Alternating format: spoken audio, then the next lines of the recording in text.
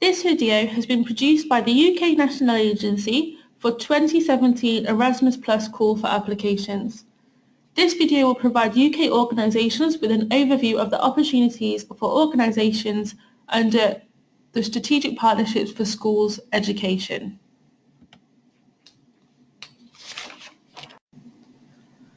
Under Key Action 2, funding is available for strategic partnerships between schools only and also strategic partnerships between other education and training organisations that work in the field of school education.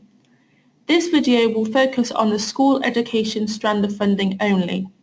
There are two different application forms, so please ensure that you apply for the correct type of funding on the correct type of application form.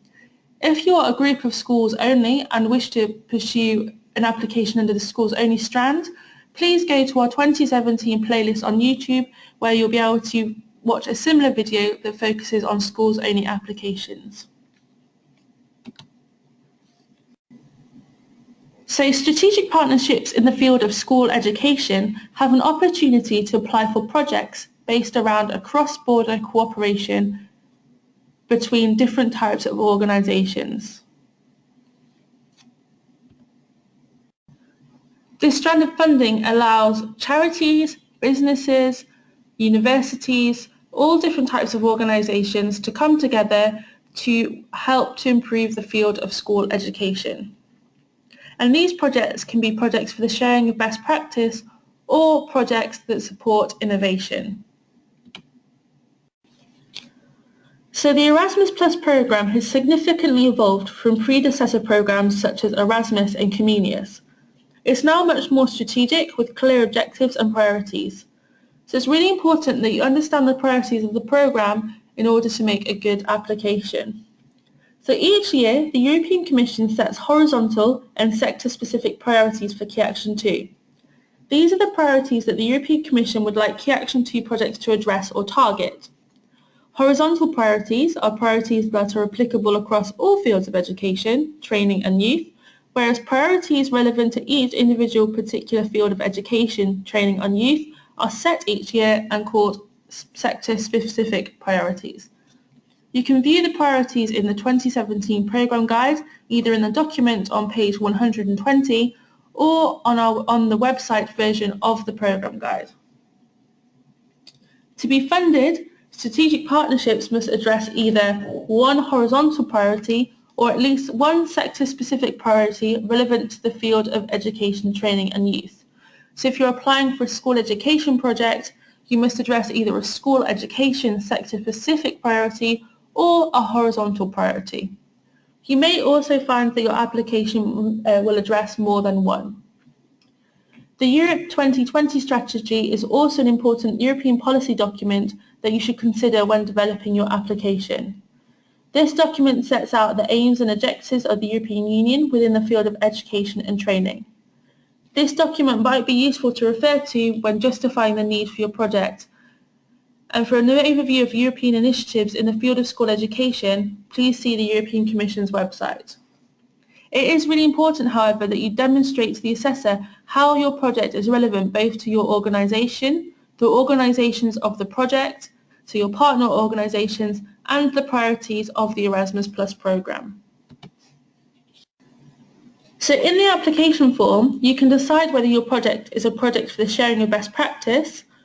These types of projects cannot apply for intellectual output or multiplier event funding, or you could select to be a project for innovation, where you can also apply for additional funding to create tangible intellectual output and multiplier dissemination events.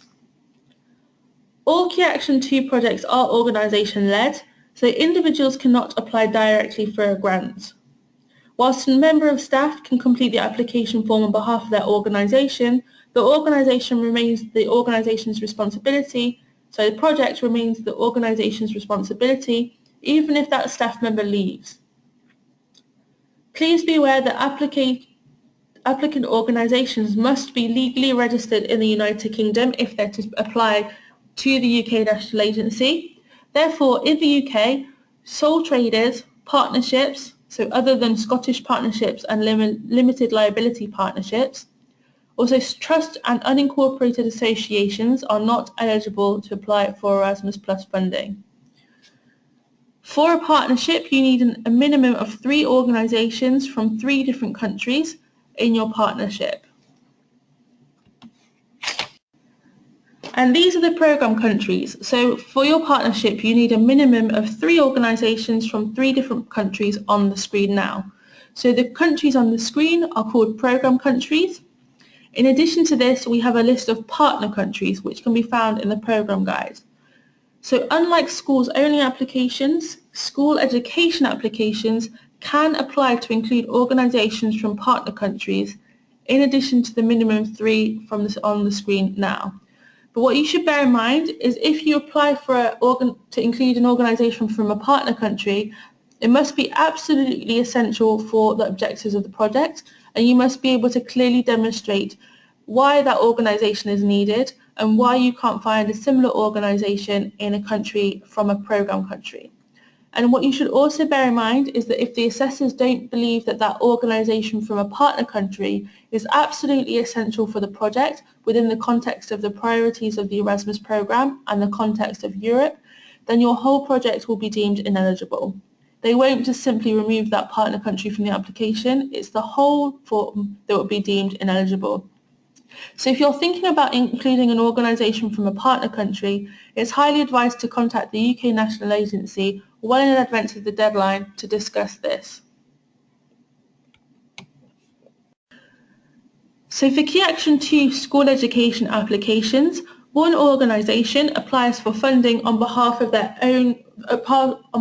whole partnership, and they apply to the national agency in their own country.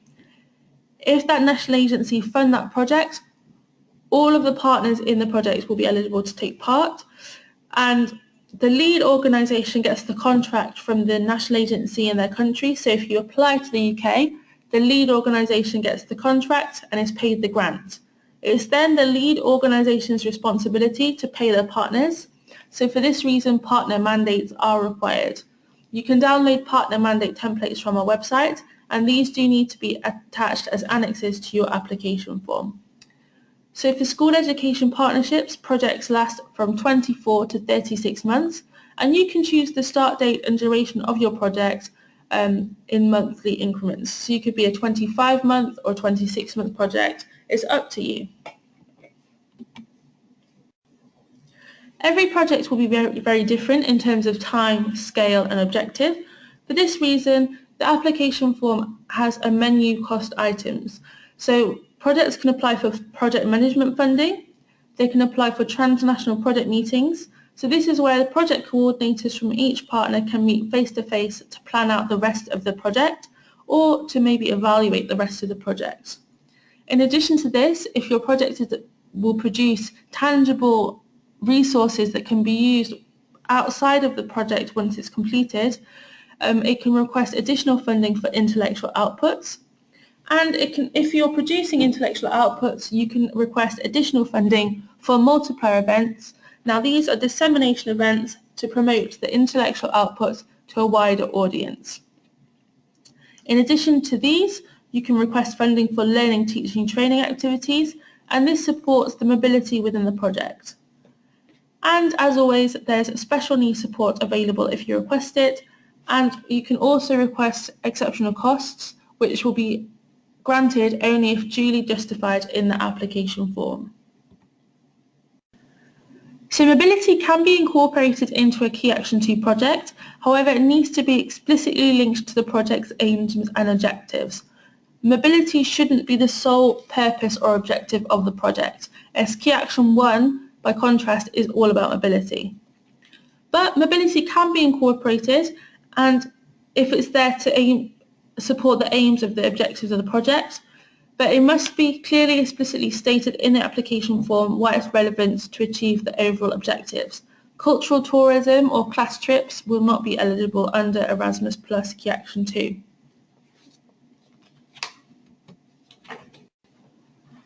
On the screen now you can see the range of activities that you can incorporate into your project. Please note that anyone who takes part in these activities must be from an organisation that you have detailed as a partner in the project. So you can include the blended mobility of pupils and learners, short-term joint staff training events, long-term teaching or training assignments for staff, short-term exchanges of groups of pupils, or long-term study mobility of pupils. And as you can see, they do have minimum durations which must be met in order for those activities to be eligible. So the deadline for applications in 2017 is Wednesday the 29th of March at 11 o'clock in the morning. This translates to 12 noon Brussels time. Now this deadline is set by the European Commission and is not flexible. We are unable to accept any late applications. We'd highly encourage you, if you're thinking about applying, to submit well in advance of the deadline. This way, if you need any support or you're having difficulties submitting online, you'll be able to have enough time to contact us at the National Agency for support. But please bear in mind this deadline is applicable to all fields of education under Key Action 2. So during this time we're likely to be very busy, so please do not leave it until the last minute to submit your application. And it's really important to understand how your project will be assessed. It is a competitive application process, so you will need to make sure that your project and proposal meets the assessor's requirements. So to be considered for funding, proposals must score at least 60 points out of 100, and your application must also score at least half of the maximum points in each of the categories of award criteria that are on the screen now. So projects are assessed by expert external assessors in the field of school education, but this doesn't mean that they know everything about your organisation already. So you will need to explicitly state things rather than suggest them, and make everything obvious to the assessor.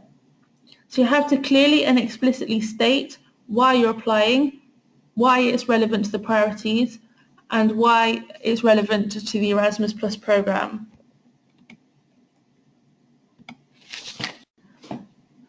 So the UK National Agency is here to support you throughout the process, and we have a range of support available in 2017. So on the How to Apply page, we do have a application guidance for school education which you can download. It's a really good document to help support you construct your application and provide you guidance on ideas about how to complete the narrative sections of the application form. In addition to this video on YouTube, we also have a step-by-step video which shows you how to apply through and takes you through the application form itself. It's a good video to have as a reference, as you can skip through to different sections and just watch information about the section that you're having difficulty completing. In addition to the videos, this year we're running a number of one-to-one telephone support calls where you can register online to have a 30-minute allocated slot to discuss your project with the Erasmus Plus National Agency staff. In this telephone call, we can look at your draft application, provide you with information about how to maybe improve the technicalities of it or discuss your project proposal. So it's worth registering for one of those. And all this information is available on our website. So please do go to www.erasmusplus.org.uk, and it's also recommended to register to our newsletter if you haven't done so already. We provide you with a monthly update about Erasmus Plus, including information on deadlines and any support or events that are coming up. If your organisation is on Twitter, Facebook, YouTube or Storify, it's worth following us or liking us on those channels. And it's also good for applicants if they're successful in funding. It's a good way for you to keep connected with us at the National Agency and let us know how your project progresses. So you can contact us via our helpline from Monday to Friday, 8:30 to 5:30 on 0161 957 7755. And we also have an erasmusplus.enquiries@britishcouncil.org email address where you can pose any questions to us. So please do keep in contact with us in advance of the deadline, and good luck with any applications you may choose to make.